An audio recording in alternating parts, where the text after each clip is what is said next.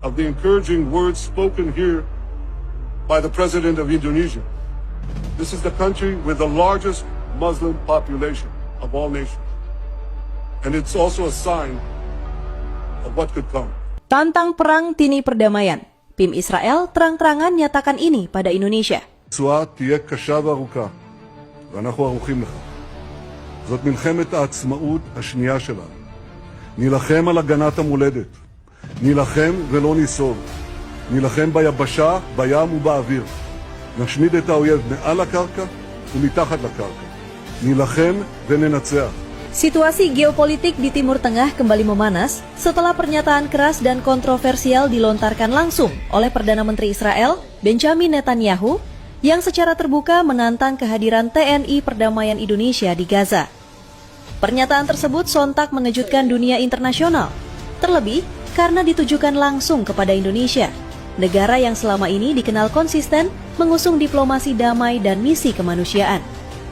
Dalam pidato darurat yang disiarkan secara nasional dari Tel Aviv, Netanyahu tidak lagi menggunakan bahasa diplomatik. Ia menyebut kehadiran TNI Perdamaian sebagai ancaman strategis langsung terhadap kepentingan Israel di Gaza. Keberhasilan pasukan Indonesia dalam mengamankan jalur bantuan kemanusiaan, melindungi warga sipil, serta meredam bentrokan bersenjata justru membuat posisi militer Israel semakin terpojok secara moral dan politik di mata dunia. Seorang pengamat militer Timur Tengah menyebut bahwa TNI Perdamaian telah menjadi variabel tak terduga yang mengubah peta kekuatan di Gaza. نحن أبلغنا كل الأطراف بما في ذلك الحكومة الإندونيسية أننا كفلسطينيين لا نحتاج إلى وصاية وأن آخر شيء ينبغي أن يفكر به العالم هو إرسال قوات تقوم مقام الاحتلال تشتبك مع الفلسطينيين بالنيابة عن الاحتلال أو تحاول النيل من إرادتهم بدل جيش الاحتلال. Menanggapi pernyataan keras tersebut, pemerintah Indonesia melalui saluran diplomatik menyampaikan sikap yang tak kalah tegas.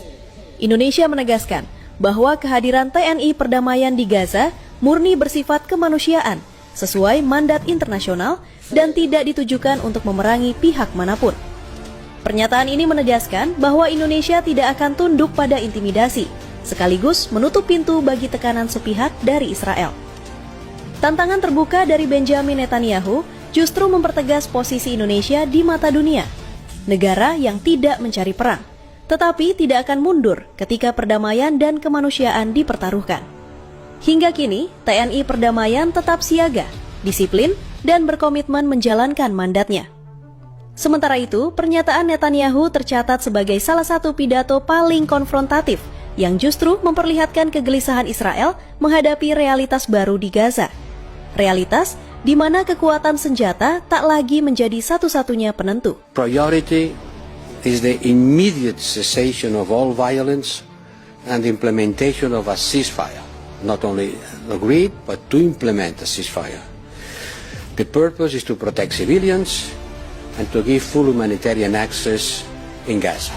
And we fully support Israel's right to defense, but we have also considered and stated that this has to be done in a proportionate manner and respecting international humanitarian law. Banyak warga Gaza menyebut pasukan Indonesia sebagai tameng hidup yang membuat mereka merasa aman tanpa perlu angkat senjata.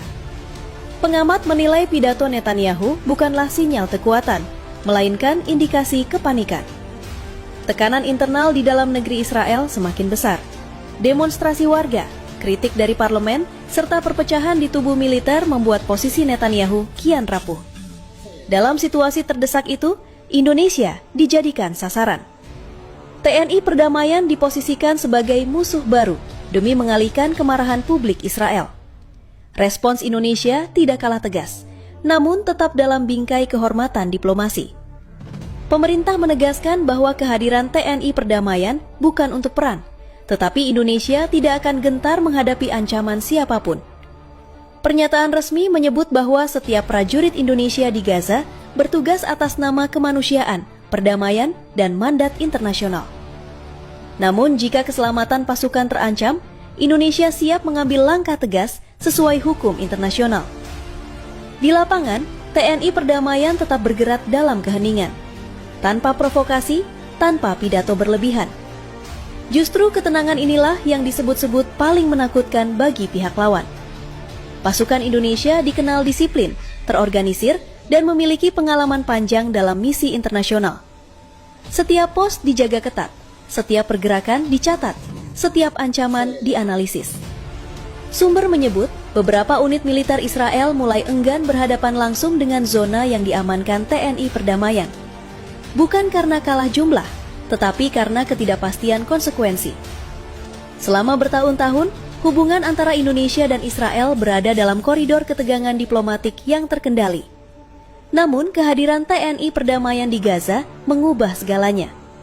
Pasukan Indonesia yang datang dengan mandat kemanusiaan justru berhasil menciptakan zona aman yang sebelumnya gagal diwujudkan berbagai kekuatan internasional. Keberhasilan ini secara perlahan mematahkan dominasi militer Israel di sejumlah sektor strategis.